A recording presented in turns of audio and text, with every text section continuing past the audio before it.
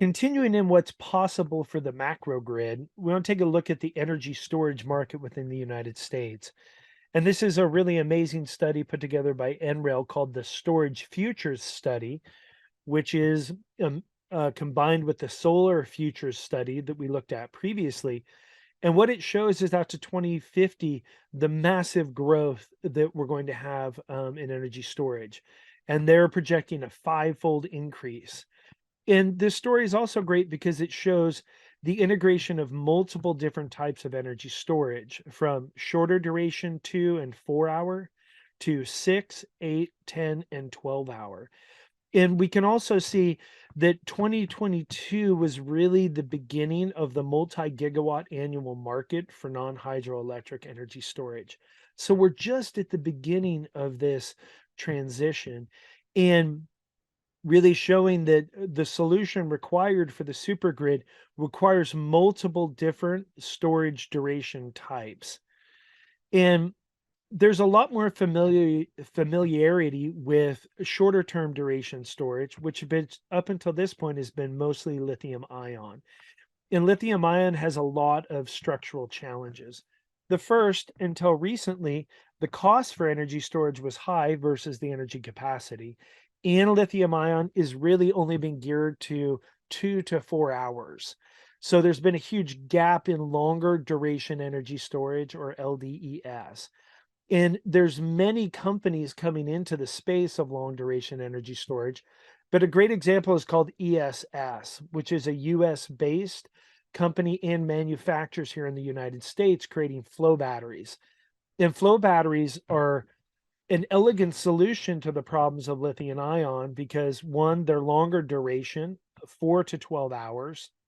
They also have longer asset life, virtually unlimited cycles with no capacity loss versus the shorter, maybe 5 to 10,000 cycles for lithium ion, a much broader range of operating temperatures, and they use no rare earth minerals. And lithium ion, which has been the foundation of most energy storage, has also been combined with very rare earth minerals, cobalt being the worst example. And cobalt is not only very rare and expensive, but it also creates disastrous human conditions. A lot of cobalt comes from Africa and is just like the blood diamond system and how it uses child labor and really horrible operating conditions. Along with cobalt has been one of the main factors for a lot of the fires that have been happening with energy storage. So flow batteries only use iron, salt, and water as the electrolyte, totally earth abundant, completely non-toxic, and create a long energy storage solution. And really encourage you to look at ESS's website that goes into the microgrid to the utility scale um, potential to integrate long duration energy storage. And here they have a really great video that does a great job of summing this up. Renewable energy is key to our clean energy future, but the intermittent nature of renewables, like wind and solar, will require significant amounts of low-cost, long-duration energy storage to decarbonize and stabilize our electric grid. ESS is a U.S. manufacturer of low-cost, long-duration energy storage solutions that harness the power of renewables using Earth's most abundant and safe materials. Our safe and sustainable iron flow battery solutions, the Energy Warehouse and Energy Center, provide flexibility to meet the needs of customers, ranging from small commercial and industrial facilities up to large upscale projects. Both solutions support a wide range of applications, including time-shifting renewable energy use, ancillary grid services, smoothing the intermittency of renewables, supporting capacity needs, and resilience and energy security. These unique and innovative flow batteries rely on a mixture of iron and salt water to store energy for hours longer than traditional lithium-ion batteries. During the charging cycle, iron that is saturated in the saltwater electrolyte is deposited on the negative electrode and continues building a layer called plating. To discharge the battery, The polarity is reversed, and the iron dissolves back into the saltwater solution. By carefully managing this process, the iron flow battery is able to achieve a significantly longer battery life, 20,000 cycles or more, compared to 3,000 to 4,000 cycles for lithium ion batteries without degrading over time. Compared to other technologies, the ESS Energy Warehouse and Energy Center are cleaner, safer, more economical, and fully recyclable. And they're among the most flexible energy storage solutions available to support the energy transition. For commercial and industrial customers, the Energy Warehouse offers a containerized, fully integrated system that's fast and easy to transport, connect, and commission. The Energy Center, a larger, modular battery in a building, uses the same battery modules as the Energy Warehouse and is ideal for larger IPP and utility scale projects. It uniquely allows power and energy to be independently sized, enabling ESS to customize projects to optimally meet client needs at the lowest cost. ESS technology provides an industry leading 10-year extended warranty backed by Munich RE, delivering the most bankable long duration energy storage solution on the market, helping project developers, utilities, and owners to meet their project financing needs. Our clean energy future depends on widespread deployment of renewables and energy storage. ESS can help reach that future today.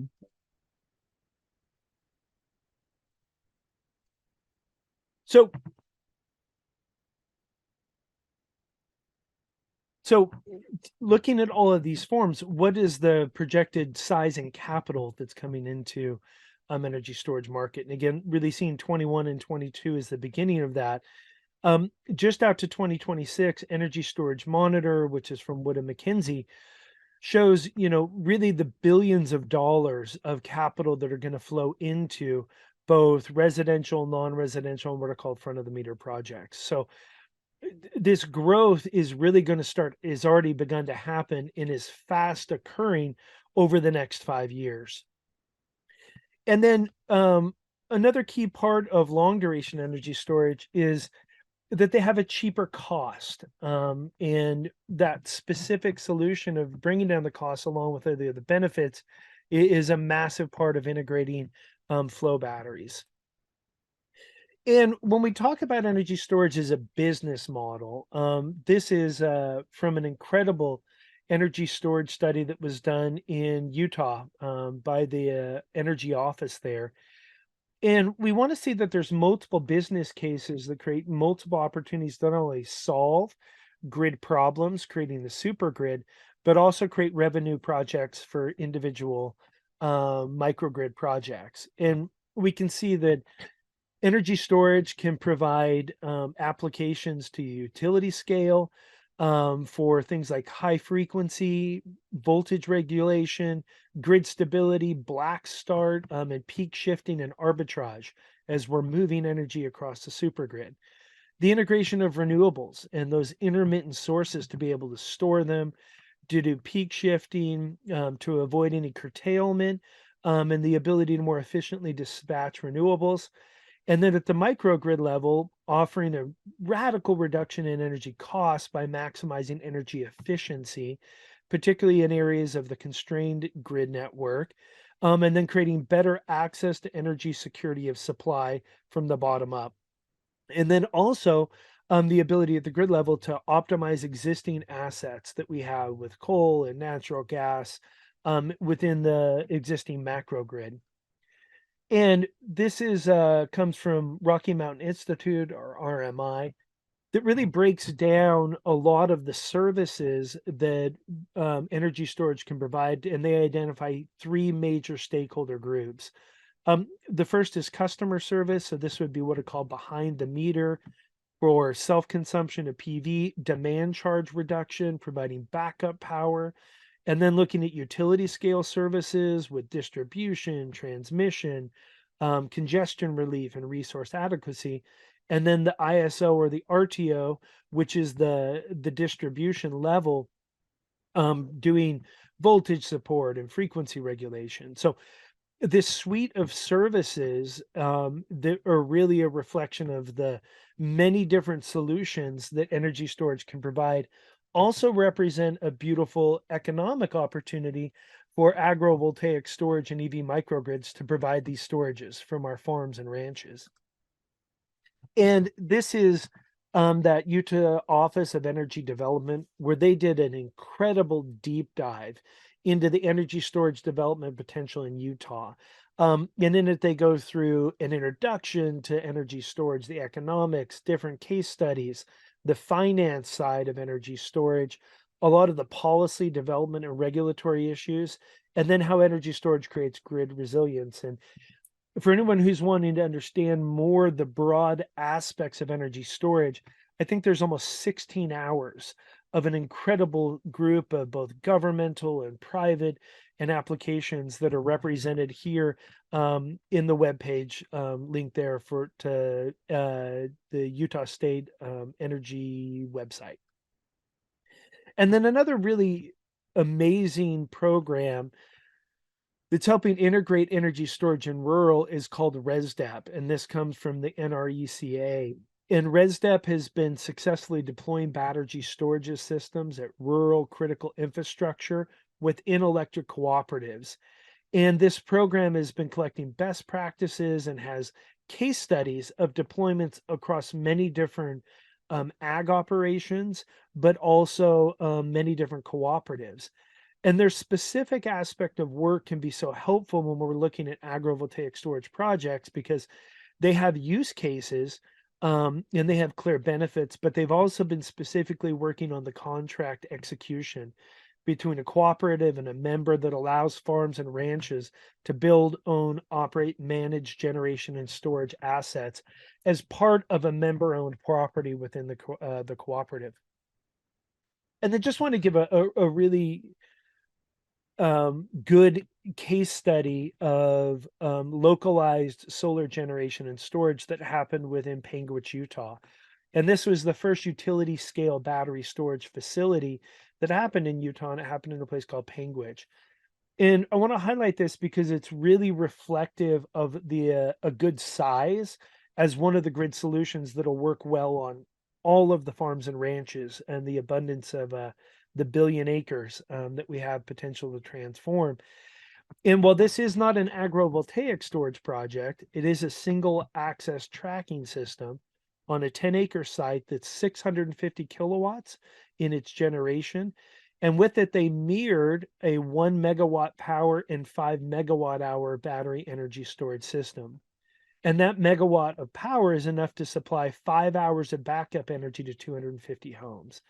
And so while this is a perfect example of a utility scale generation and storage system sited on 10 acres, what it did in its specific application is a great example of one of the use cases. And Panguitch, Utah, which is in southern Utah, has 250 days of sunshine annually.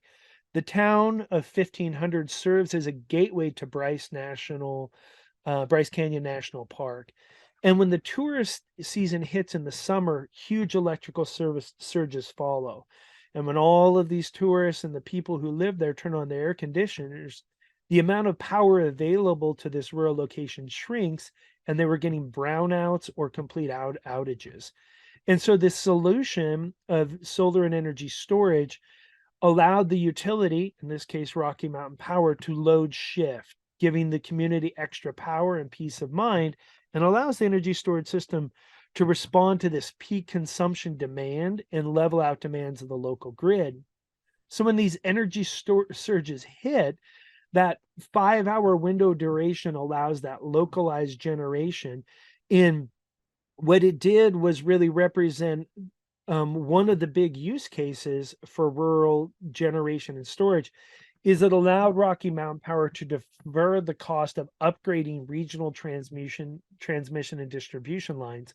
Meaning, had they not put in this local generation and storage, they would have needed to provide more power over the insufficient lines to get that power there. So this was a huge cost saver, not just in its efficiency of being local, but also because now they didn't have to upgrade the transmission lines to be able to bring in additional power to satisfy this demand. Thank you for taking the time to view this section of the United States agrivoltaic energy storage and EV microgrid market intelligence analysis. Really deeply hope that you found this really valuable and hopefully inspiring. And if you're not watching the entire section on butterflypower.org, really encourage you to come and see all sections to get the totality of this amazing opportunity. And regardless of what channel you're finding this transmission, would be deeply appreciated if you give it some love, give it a like, and share it with a farmer or a rancher or anyone who's interested in participating in the regenerative transformation our economy, our energy sector, and our environment. Any investors who are looking at an amazing opportunity to transform their capital into the regenerative future. And it's just a deep honor and blessing to be here in this time and to participate in this great work. And we are the butterfly generation. It's time to rise and shine, time to transform and fly.